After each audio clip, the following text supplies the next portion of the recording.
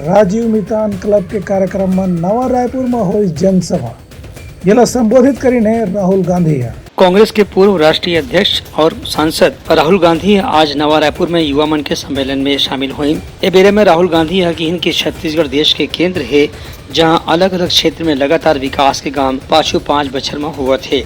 उनकर कहना रही कि छत्तीसगढ़ में इंफ्रास्ट्रक्चर और लॉजिस्टिक सेंटर के जरिए रोजगार के बड़े मौका पैदा करे जा सकत है। उनकर कहना रही कि छत्तीसगढ़ सरकार इस दिशा में लगातार काम करत है और अगला सरकार बने के बाद इस दिशा में कुछ ठोस कदम भी निश्चित रूप से उठाए जाही। राहुल गांधी के कहना रही कि छत्तीसगढ़ के युवा मन ला रोजगार मिले बर राज्य सरकार है विशेष ढंग से प्रयास करत है। एकर बर यहाँ आदिवासी, किसान, महिला, युवा, बुजुर्ग, मजदूर, श्रमिक हर वर्ग के कल्याण बर कोनो न कोनो किस्म की योजना चलाए जाते।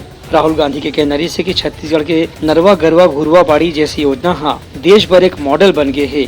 एकर से दूसर राज्य मन घलो प्रेरणा लेवत हैं। उनकर कहना रही कि मुख्यमंत्री भूपेश बघेल के कार्यकाल में 4.5 साल में छत्तीसगढ़ लगातार विकास के कदम में बढ़ावत है। ब्यूरो रिपोर्ट, उत्तलंघा न्यूज।